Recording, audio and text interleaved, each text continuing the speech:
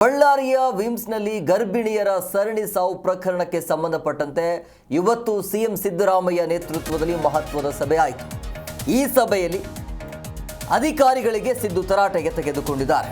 ಘಟನೆಯ ಬಗ್ಗೆ ನೀಡಿರುವಂತಹ ವಿವರಣೆಗೆ ವೈದ್ಯಾಧಿಕಾರಿಗಳ ವಿರುದ್ಧ ಸಿಟ್ಟನ್ನು ಹೊರಹಾಕಿದ್ರು. ನೀವೇನು ಮಹಾರಾಜರ ಅಂತೇಳಿ ಸಿಎಂ ಸಿದ್ದರಾಮಯ್ಯ ಇವತ್ತು ಆಕ್ರೋಶವನ್ನು ಹೊರಹಾಕಿದ್ರು.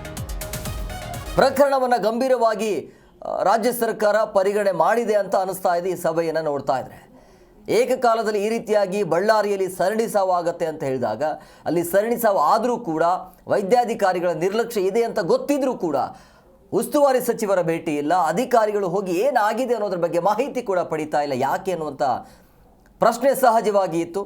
ಯಾವಾಗ ಇಡೀ ರಾಜ್ಯದಾದ್ಯಂತ ವಿರೋಧ ವ್ಯಕ್ತವಾದ ಬೆನ್ನಲ್ಲೇ ಈಗ ರಾಜ್ಯ ಸರ್ಕಾರ ಎಚ್ಚೆತ್ತುಕೊಂಡು ಇವತ್ತು ಸ್ವತಃ ಸಿಎಂ ಸಿದ್ದರಾಮಯ್ಯ ಅವರು ಸಭೆಯನ್ನು ಮಾಡಿದರು. ಈ ಸಭೆಯಲ್ಲಿ ಅಧಿಕಾರಿಗಳನ್ನು ತರಾಟೆಗೆ ತೆಗೆದುಕೊಂಡ್ರು. ಏನು ಮಾಡ್ತಾ ಇದ್ದೀರಿ ನೀವು ಅಂಥೇಳಿ ಸಿಎಂ ಸಿದ್ದರಾಮಯ್ಯ ಅವರ ನೇತೃತ್ವದಲ್ಲಿ ಮಹತ್ವದ ಸಭೆ ಇದು. ಅಧಿಕಾರಿಗಳಿಗೆ ಸರಿಯಾಗಿ ತರಾಟೆಗೆ ತೆಗೆದುಕೊಂಡಿದ್ದಾರೆ. ಸಿಟ್ಟನ್ನು ಹೊರಹಾಕಿದರೆ ನೀವೇನು ಮಹಾರಾಜರ ಅಂತ ಸಿದ್ದರಾಮಯ್ಯವರು ಕಿಡಿಕಾರಿದ್ದಾರೆ. ದಿನೇಶ್ ಗುಂಡೂರಾವ್ ಇದ್ದರು ಈ ಒಂದು ಇವತ್ತಿನ ಸಭೆಯಲ್ಲಿ.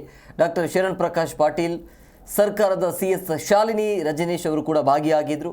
3 ಸದಸ್ಯರ ತಜ್ಞರ ತಂಡದ ಸದಸ್ಯರು ಇವತ್ತಿನ ಸಭೆಯಲ್ಲಿ ಭಾಗಿಯಾಗಿದ್ದರು. CM ಹಾಗೂ DCM ನೇತೃತ್ವದಲ್ಲಿ ನಡೆದಿರುವಂಥ ಸಭೆ ಇದು. ಏನಿದೆ ಅದು ಸರಿಯಾಗಬೇಕು ಅಂತೇಳಿ ವರದಿಯನ್ನು ಕೂಡ ಕೊಟ್ಟಿದ್ದಾರಂತೆ. ಯಾವ ಕಾರಣಕ್ಕಾಗಿ ಈ ರೀತಿಯ ಘಟನೆಗಳು ಆಗ್ತಿದೆ ಅನ್ನೋದ್ರ ಬಗ್ಗೆ ವರದಿಯನ್ನು ಕೇಳಾದ ನಂತರ CM ಸಿಟ್ಟನ್ನು ಹೊರಹಾಕಿದ್ರು. ಏನು ಮಾಡ್ತಾ ಇದ್ದೀರಿ ನೀವು ಅಂತೇಳಿ. ಇದೆಲ್ಲ ಸಮಸ್ಯೆ ಆಗಿದ್ರು ಕೂಡ ಯಾಕೆ ಅಂತೇಳಿ ನಮ್ಮ ಪ್ರಶ್ನೆ ಅದೇ. ಬಡವರು ಯಾಕೆ ಬಲಿಯಾಗಬೇಕು ಅಂಥೇಳಿ ಸರ್ಕಾರ ಎಚ್ಚೆತ್ತುಕೊಂಡಿದೆ. ಅಧಿಕಾರಿಗಳಿಗೆ ತರಾಟೆಗೆ ತೆಗೆದುಕೊಂಡು ಮುಂದೆ ಏನು ಮಾಡಬೇಕು ಅನ್ನೋದ್ರ ಬಗ್ಗೆ ಗಮನ ಕೊಡುವಂಥ ಕೆಲಸವನ್ನು ರಾಜ್ಯ ಸರ್ಕಾರ ಮಾಡಬೇಕಾಗತ್ತೆ. ಮಾಡುವಂಥ ಲಕ್ಷಣ ಕಾಣ್ತಾ ಇದೆ.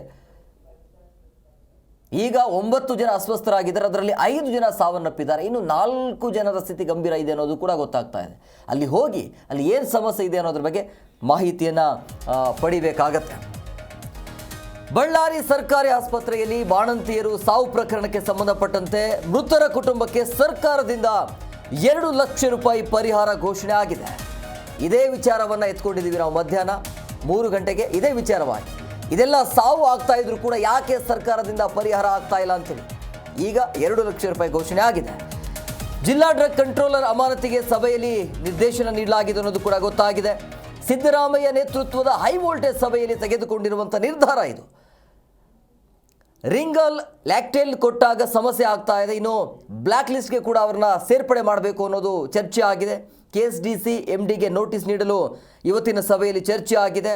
ವಿಧಾನಸೌಧದಲ್ಲಿ ನಡೆದಿರುವಂಥ ಮಹತ್ವದ ಸಭೆ. ಈ ಸಭೆಯಲ್ಲಿ ಪ್ರಮುಖವಾಗಿ ಈ ರೀತಿಯಾಗಿ ಸರಣಿ ಸಾವು ಆಗ್ತಾ ಇದ್ರೂ ಕೂಡ ಸರ್ಕಾರದ ಕಡೆಯಿಂದ ಪರಿಹಾರ ಯಾಕಿಲ್ಲ ಅನ್ನೋದು, ಆ ಪರಿಹಾರ ಆಗಬೇಕು ಅಂಥೇಳಿ ಸುದೀರ್ಘವಾಗಿ 1 ಗಂಟೆಗಳ ಕಾಲ ಸರ್ಕಾರಕ್ಕೆ ಚಾಟಿ ಬೀಸುವಂಥ ಕೆಲಸವನ್ನು ನಾವು ಮಾಡಿದ್ವಿ.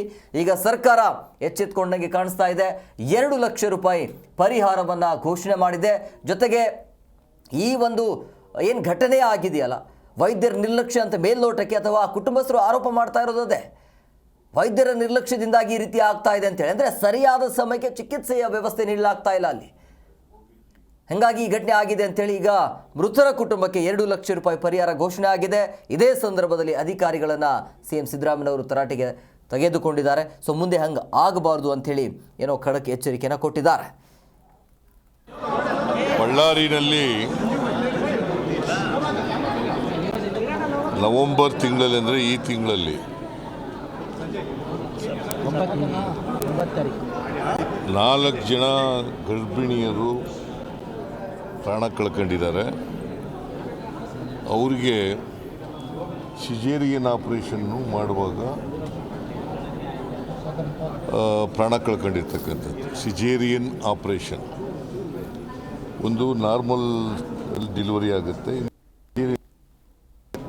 ಡೆಲಿವರಿ ಮಾಡ್ತಾರೆ. ಇದು ಸಿಜೇರಿಯನ್ ಆಪರೇಷನ್, ಆಪ್ರೇಟ್ ಮಾಡಿ ಮಗು ತೆಗೆಯೋದು, ಇದರಲ್ಲಿ ಮಾಡಿದ್ದಾರೆ. ಯಾವಾಗಲೂ ಕೂಡ ಬಳ್ಳಾರಿನಲ್ಲಿ ಸಿಜೇರಿಯನ್ ಆಪರೇಷನ್ಗಳಲ್ಲಿ ಸತ್ತಿರ್ತಕ್ಕಂಥ ನಿದರ್ಶನ ಇರಲಿಲ್ಲ. ಇದಾದ ಮೇಲೆ ನಾವು ಒಂದು ಎಕ್ಸ್ಪರ್ಟ್ಸ್ ಕಮಿಟಿಯನ್ನು ಮಾಡಿದ್ದು. ರಾಜೀವ್ ಗಾಂಧಿ ಯೂನಿವರ್ಸಿಟಿ ಅವರು ಮತ್ತು ಎಕ್ಸ್ಪರ್ಟ್ಸು, ವಾಣಿವಿಲಾಸ ಆಸ್ಪತ್ರೆ OBG HOD ಅವ್ರನ್ನ ಅಧ್ಯಕ್ಷತೆಯಲ್ಲಿ ಅವರು ಮಾಡಿದ್ದಾರೆ. ಅವರು ಒಂದು ವರದಿನೂ ಕೂಡ ಕೊಟ್ಟಿದ್ದಾರೆ. ವರದಿನಲ್ಲಿ ಕೆಲವು ನ್ಯೂನತೆಗಳಿದ್ದಾವೆ. ಅದಕ್ಕೆ ಇಲ್ಲಿ ಈ ಇಡೀ ಪ್ರಕರಣದಲ್ಲಿ ಅದ್ಯಾವುದಾದ್ರು ರಿಂಗರ್ ಲ್ಯಾಕ್ಟೇಟ್ ಸಪ್ಲೈ ಮಾಡಿದ್ದಾರಲ್ಲ, ಅದು ಸಾಮಾನ್ಯವಾಗಿ ಎಲ್ಲ ಮಹಿಳೆಯರಿಗೂ ಕೊಡ್ತಾರೆ. ಆಪರೇಷನ್ ಮಾಡ್ತಕ್ಕಂಥ ಎಲ್ರಿಗೂ ಕೂಡ ಕೊಡ್ತಾರೆ ರಿಂಗರ್ ಲ್ಯಾಕ್ಟೇಟ್. ಅದು ಸಪ್ಲೈ ಮಾಡಿದ್ದವರು ಪಶ್ಚಿಮ ಬಂಗಾಳದ ಎಂಥದ್ದು ಪಶ್ಚಿಮ ಬಂಗ ಫಾರ್ಮಾಸ್ಯೂಟಿಕಲ್ ಕಂಪನಿ ಅವರು ಮಾಡಿದರು. ಅವರು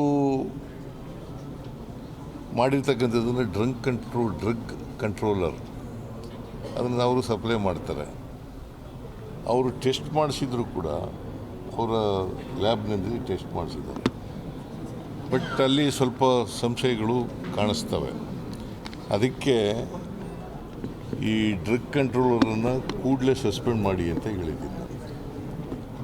ಕಂಟ್ರೋಲರ್ ಆಫ್ ಡ್ರಗ್ಸ್ ಅವರನ್ನು ಕೂಡಲೇ ಸಸ್ಪೆಂಡ್ ಮಾಡಿ ಅಂತ ಹೇಳಿದ್ದೇನೆ. ನಂಬರ್ 1. ನಂಬರ್ 2, ಈ ಪಶ್ಚಿಮ ಬಂಗ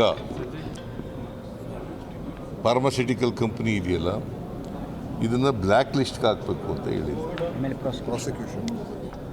ಮತ್ತು ಅದನ್ನು ಬಳ್ಳಾರಿನಲ್ಲಿ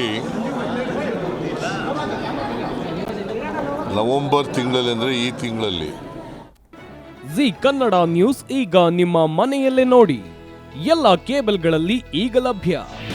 ನಿಮ್ಮ ನೆಚ್ಚಿನ ಜಿ ಕನ್ನಡ ನ್ಯೂಸ್ ಈಗ ಸನ್ ಡೈರೆಕ್ಟ್ ನಲ್ಲಿ number 292, Tata play number 1664, Jio TV number 1334, NXT digital number 30, in cable number 30, city networks 51, U digital number 162, GTPL number 17, Rockline telecommunications number 42, Shri Basaveshwara cable number 168, rural cable network 60, Vinayaka digital 57, Abhishek cable 821, city channel 53, Siddeshwara cable network 57, V4 digital Infotech 628, Surya digital networks 53, Gajanan digital number 836, Malnad Infotech private limited number 56, Metrocast number 830, Victory digital number 167ರಲ್ಲಿ ನೋಡಿ ಆನಂದಿಸಿ.